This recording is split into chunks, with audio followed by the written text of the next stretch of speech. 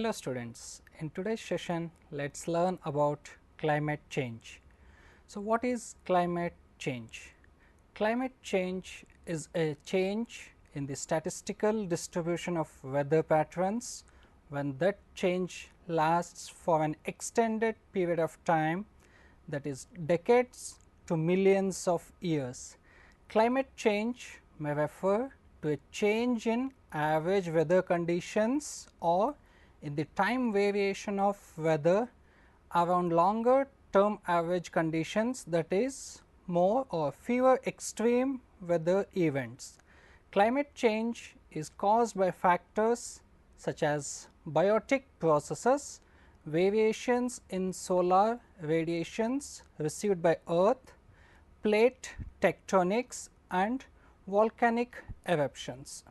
Certain human activities have also been identified as significant causes of recent climate change, often referred to as global warming. According to Intergovernmental Panel on Climate Change, abbreviated as IPCC, climate change refers to a change in the state of the climate that can be identified, example, using statistical tests by changes in the mean and or the variability of its properties, and that persists for an extended period, typically decades or longer. It refers to any change in climate over time, whether due to natural variability or as a result of human activity. This usage differs from that in the United Nations Framework Convention on Climate Change, abbreviated as UNFCCC, where climate change refers to a change of climate that is attributed directly or indirectly to human activity that alters the composition of the global atmosphere, and that is in addition to natural climate variability observed over comparable time periods. The average temperature in many regions has been increasing in recent decades. The global average surface temperature has increased by 0.6 plus 0.2 degrees over the last century. Globally, 1998 was the warmest year and the 1990s the warmest decade on record. Many countries have experienced increases in rainfall, particularly in the countries situated in the mid to high latitudes. In some regions such as parts of Asia and Africa, the frequency and intensity of droughts have been observed to increase in recent decades. Episodes of El Nino, which creates great storms, have been more frequent, persistent and intense since mid 1970s compared with the previous 100 years. All these are signs that the earth is sick. Its climate is changing, making it more difficult for mankind to survive. The earth is losing its ability to balance itself due to the imbalances created by human activities. Projections of future climate change are derived from a series of experiments made by computer based global climate models. These are worked out on estimates of aspects such as future population growth and energy use.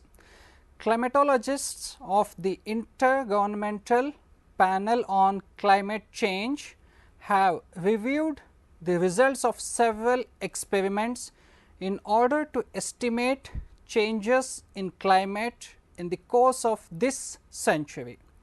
These studies have shown that in the near future, the global mean surface temperature will rise by 1.4 to 5.8 degrees Celsius. Warming will be greatest over land areas and at high latitudes. The projected rate of warming is greater than has occurred in the last 10,000 years. The frequency of weather extremes is likely to increase, leading to floods or drought. There will be fewer cold spells, but more heat waves. The frequency and intensity of El Nino is likely to increase.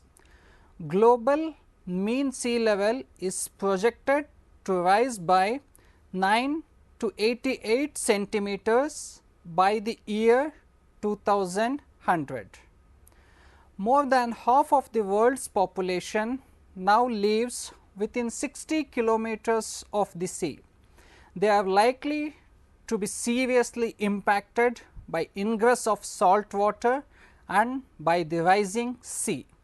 Some of the most vulnerable regions are the Nile Delta in Egypt, the Ganges Brahmaputra Delta in Bangladesh, and many small islands including the Marshall Islands and the Maldives.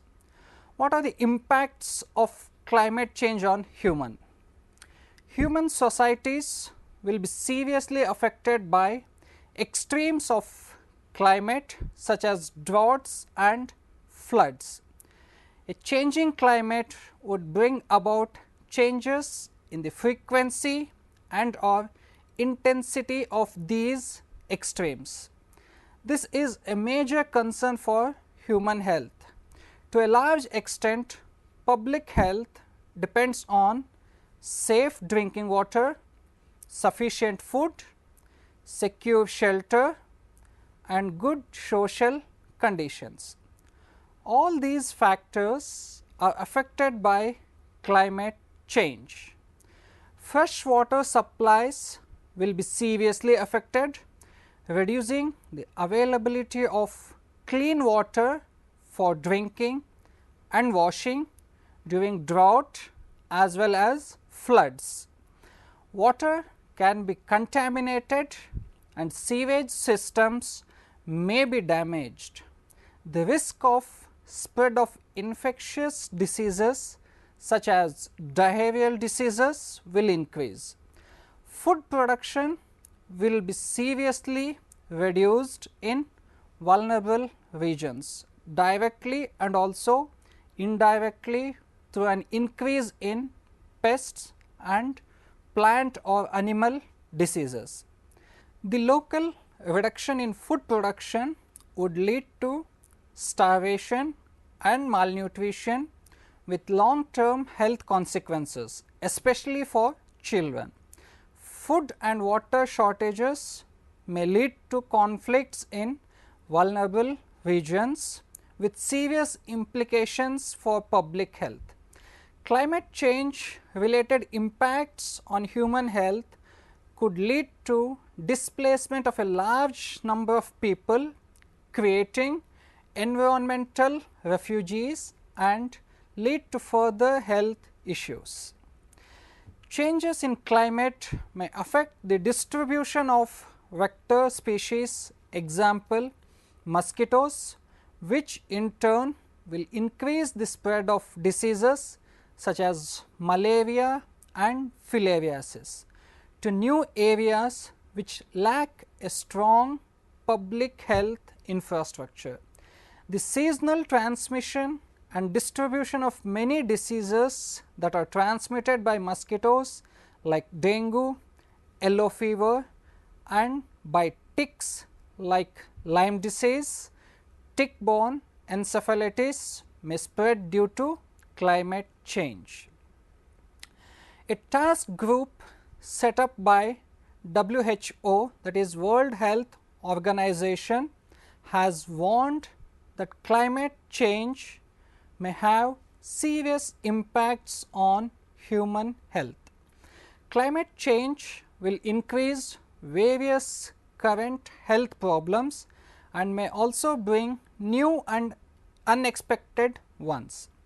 Strategies aimed at reducing potential health impacts of anticipated climate changes should include monitoring of infectious diseases and disease vectors to detect early changes in the incidence of diseases and the geographical distribution of vectors, environmental management measures to reduce risk, disaster preparedness for floods or droughts and their health related consequences.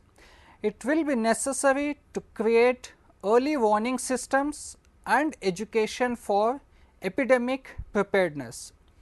Improved water and air pollution control will become increasingly essential for human health. Public education will have to be directed at changes in personal behavior. Training of researchers and health professionals must become an essential part of the world, becoming more responsible towards the expected outcome of global climate change. Now, we shall take up two case studies of climate change. The first one, damage of coral reefs in Pacific. The severity of periodic warmings due to El Nino in 1997 in the Pacific led to the most serious death in coral reef ever known. It is estimated that about 10% of the Earth's coral reefs were dead. Another 30% were seriously affected and another 30% were degraded. The Global Coral Reef Monitoring Network, Townsville, Australia, has predicted that all the reefs could be dead by 2050.